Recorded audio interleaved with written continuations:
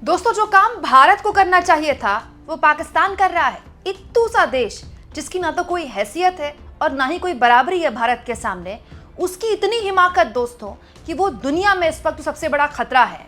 Iran America के बीच का जो युद्ध है उसको ना केवल खत्म कराने के लिए मीडिएशन कर रहा है, बातचीत कर रहा है, बल्कि ये कह रहा है कि आइए मेरे देश में बैठकर बातचीत कर लीजिए, क्योंकि ये एक जगह है जो पूरी तरह से न्यूट्रल है। दोस्तों, प्रधानमंत्री मोदी की विदेश नीति को लेकर इस युद्ध के दौरान बात तो बहुत हुई, लेकिन ये जो खबर है ये किसी भी तरह से भारत के मोर्चे के लिए अच्छी नहीं है। दोस्तों, फाइनेंशियल टाइम्स की खबर बताती है, जो कि इंडियन एक्सप्रेस ने छापी है, कि आसिम मुनीर, जी हाँ, पाकिस्तान का जो आर्मी चीफ है, उसने एक तरह से बातचीत की न केवल पहल की है, बल्कि वो बातचीत के लिए अमेरिका के राष्ट्रपति ट्रंप से फोन पर बात कर रहा है।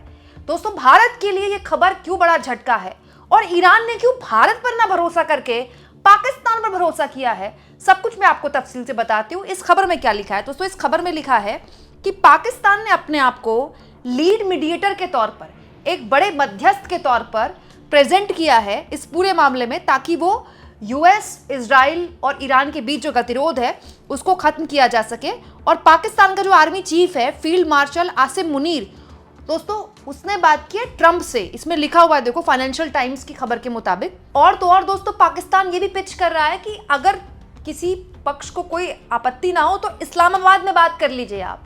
दोस्तों, अमूमन इस तरह की जब बात होती है तो मिल बैठकर होती है। तो दोस्तों, होता क्या है, बातचीत वाले पक्षों में हमेशा इस बात को लेकर चिंता रहती है कि हम एक ऐसे देश में क्यों जाएं जहां हमारा पक्ष नहीं सुना जाएगा। जो न्यूट्रल है उस तरह के देशों को चुना जाता है।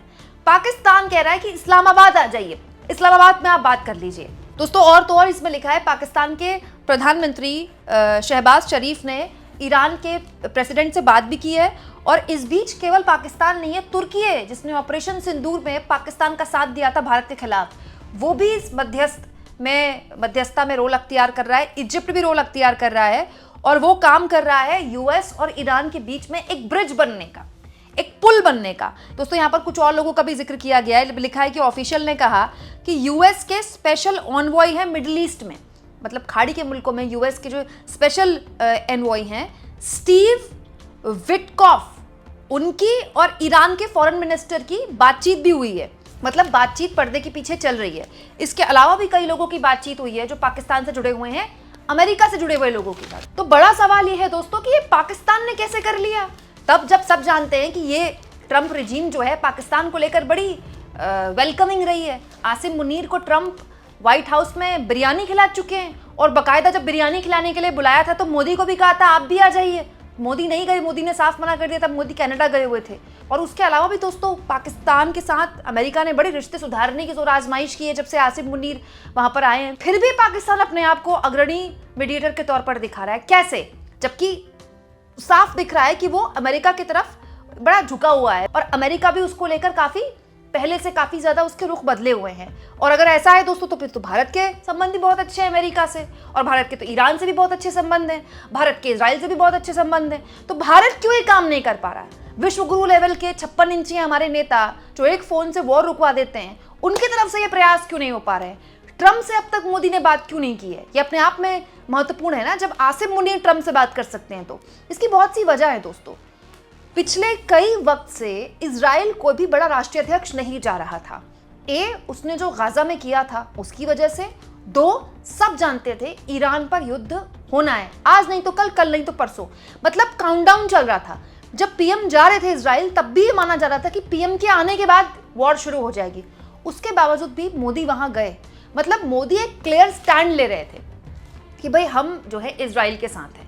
तब जब जाने की कोई जरूरत नहीं थी। उस दौरे से भारत को क्या मिला हमको नहीं पता है, ठीक है। बट पॉइंट ये कि डिप्लोमेटिकली आप देखिए, पूरी दुनिया के आगे वो पाकिस्तान जिसको पूर्व की सरकारों ने या फिर इस सरकार ने भी ऑपरेशन सिंदूर से पहले ऑलमोस्ट उसको बिल्कुल अलग थलग कर दिया था, उसकी कोई हैसियत नहीं थी, उसकी कोई औकात नहीं थी।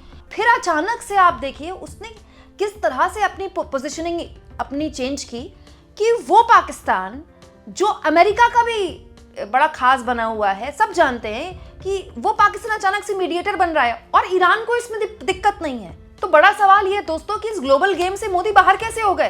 दोस्तों, जिस खतरनाक युद्ध में अमेरिका फंसा हुआ है, इजराइल फंसा हुआ है और ईरान भी जाहिर तौर पर सबसे ज्यादा नुकसान तो वही झेल रहा है, उसके लिए सबसे बढ़िया एलाय तो हम हो सकते थे। तो क्या मोदी का ठीक वॉर से पहले, युद्ध से पहले इजराइल जाना इतना भारी पड़ गया? दोस्तों न केवल मोदी इजराइल गए सब कुछ जानते समझते कि युद्ध होगा, बल्कि वहां के जो सुप्रीम लीडर खामेनी साहब को जिस तरह से उनको कत्ल किया गया, उनकी शहादत के 6 दिन लग गए। भारत सरकार के एक अधिकारी को ईरान की जो वहां एम्बेसी है भारत में, वहां पर जाकर कॉन्डोलेंस के 4 लाइन लिखने में 6 दिन लग गए। और दोस्तों खाड़ी मुल्कों के राष्ट्राध्यक्षों से पीएम बात कर रहे थे और उन पर जो हमले हुए हैं उनकी भत्सना कर रहे थे। तो हमले केवल खाड़ी मुल्कों में थोड़ी हुए, सबसे ज्यादा हमले तो ईरान में हुए।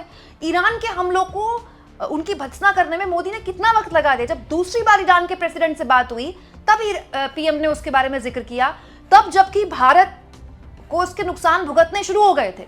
हमारे एलपीजी का संकट खड़ा हो गया था और स्ट्रेट ऑफ हार्मोज से हमारे शिप्स फंसे हुए थे। तब मोदी ने जब दूसरी बार बात की ईरान के प्रेसिडेंट से, तब उन्होंने ईरान पर हुए हमलों की निंदा की है। बट पॉइंट ये कि ये सब करने में अपने इतने दिन लगा दिए और पाकिस्तान अपनी पोजीशनिंग कैसे इंप्रूव करा था, तब जबकि पाकिस्तान और इजराइल का 36 का आंकड़ा है। सब जानते हैं, ये भी सब जानते हैं दोस्तों कि पाकिस्तान का इस वक्त तगड़ा अफेयर चल रहा है चीन के साथ। ये भी सब जानते हैं कि पाकिस्तान एक वक्त में नाजायज औलाद है अमेरिका की।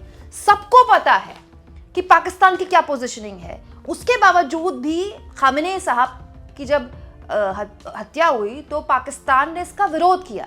ये बताता है दोस्तों कि विरोध करने से, एक बयान देने से किसी के रिश्ते खराब नहीं होते हैं। दोस्तों भारत से ईरान ब्रिक्स की चेयरमैनशिप है भारत के पास, तो उसको लेकर बयान दिलवाना चाहता है। हालांकि वो भारत के लिए अभी पॉसिबल नहीं है। अच्छा, भारत के लिए ये भी बड़ी चिंता की बात है कि ब्रिक्स की चेयरमैनशिप हमारे पास है, उनमें से 3 मुल्क इस युद्ध के खिलाफ है। ईरान खुद, वो तो विक्टिम है इस युद्ध का। एक रूस, वो भी इस युद्ध के खिलाफ है, लगातार बोल रहा है वो ईरान के समर्थन में। चीन लगातार वो ईरान के समर्थन में बोल रहा है, युद्ध के खिलाफ है। तो अगर ब्रिक्स से इंडिया को हटा दे और ब्राजील को हटा दे, तो आप देखिए कि खुलकर 3 देश तो खुलेआम बोल रहे हैं कि ये युद्ध जो है वो गलत है। तो आप सोचिए कि कितनी मुश्किल हालात में भारत है। दोस्तों ये सब कुछ तब है जब इस बीच युद्ध में अमेरिका की इतनी हिमाकत हो गई कि वो इस पूरे वॉर थिएटर को बढ़ाकर कहाँ ले आया, हिंद महासागर में ले आया। हमारे बैकयार्ड में आकर उसने हमारे मेहमान ईरान के IRS डेना को न केवल उड़ा दिया दोस्तों, और तो और उसमें जो 100 सेलर्स थे उनकी मौत हो गई। दोस्तों उसके बावजूद भी अभी तक इस पूरे मामले में अमेरिका की गुंडागर्दी, अमेरिका की जो खुलेआम उसने इंटरनेशनल लॉ का उल्लंघन किया, उसके बारे में ऑफिशियली एक बयान नहीं दिया गया। मैं मानती हूँ हमारी अपनी सीमाएं हैं। ऑलरेडी ट्रंप ने टैरिफ लगाकर भारत का इतना नुकसान किया है, बहुत सी और चीजें हैं। बट पॉइंट ये दोस्तों कि इन सब चीजों के चुप्पी के बाद हमको हासिल क्या हो रहा है? दोस्तों पाकिस्तान जैसा मुल्क, दुनिया का सबसे बड़ा टेरर फैक्ट्री, टेररिज्म का जनक, आतंकवाद की फैक्ट्री, सोचिए वो अपने आप को मीडिएटर के तौर पर दिखा रहा है, शांति दूत की तरह दिखा रहा है। 1% सोचिए कि अगर वॉर रुक गई और इस्लामाबाद में कोई मीटिंग हो गई, हाइपोथेटिकली बता रही हूँ, तो कहा जाएगा कि पाकिस्तान ने वॉर रुकवाई। ओ माय गॉड, ये किसके रहते हुए विश्वगुरु लेवल के नेता हमारे देश में है। तब दोस्तों ईरान हमेशा से हमारा दोस्त रहा है। हाँ, वो अलग बात है कि संबंधों की गहराइयों पर चर्चा हो सकती है। ये हो सकता है कि उस वक्त जब मनमोहन सिंह की सरकार के दौरान ईरान से रुपए पर तेल खरीदा जा रहा था, तब के संबंध, उसके बाद बहुत ज्यादा प्रतिबंध लग गए ईरान पर, तो हम फिर तेल नहीं खरीद पाए। मनमोहन सिंह ने ही तेल खरीदना बंद कर दिया था ईरान से। हालांकि हम तेल खरीद रहे थे लगातार ईरान से। हमारा बहुत बड़े लेवल पर बासमती राइस ईरान में जाता है, उसके अलावा भी बहुत सारी चीजें ईरान से भी हमारी आती है। और ईरान से तो हमारा मतलब सांस्कृतिक रिश्ता है ना। बहुत सारे दोस्तों ईरान के लोग हैं, भारत में रहते हैं, अभी भी रहते हैं। बहुत सारे भारतीय लोग हैं जो अभी भी ईरान में आए नहीं है वापस। वो बाकायदा पीएम ने धन्यवाद बोला है वहां की सरकार को कि आपने हमारे भारतीयों की सुरक्षा की। तो दोस्तों इस लिहाज से तो हर तरह से हमें एक मीडिएटर के तौर पर भूमिका अपनानी थी। दोस्तों मॉरल इनिशिएटिव हमेशा भारत ने किया है। तब भी जब हम इतनी बड़ी इकोनॉमिक ताकत नहीं थे, हमने सही को सही और गलत को गलत बोला है। लेकिन अब ऐसा क्या हो गया कि हमने चुप्पी साध ली और उसका फायदा पाकिस्तान ने उठा लिया। आपको क्या लगता है दोस्तों? कमेंट बॉक्स में जरूर लिखें और जितना हो सके चैनल को शेयर भी करें दोस्तों। और मेरी आप लोगों से बार बार गुजारिश रहती है, थैंक्स और ज्वाइन दोनों में से कोई भी ऑप्शन का इस्तेमाल करके आप चैनल को मदद कर सकते हैं।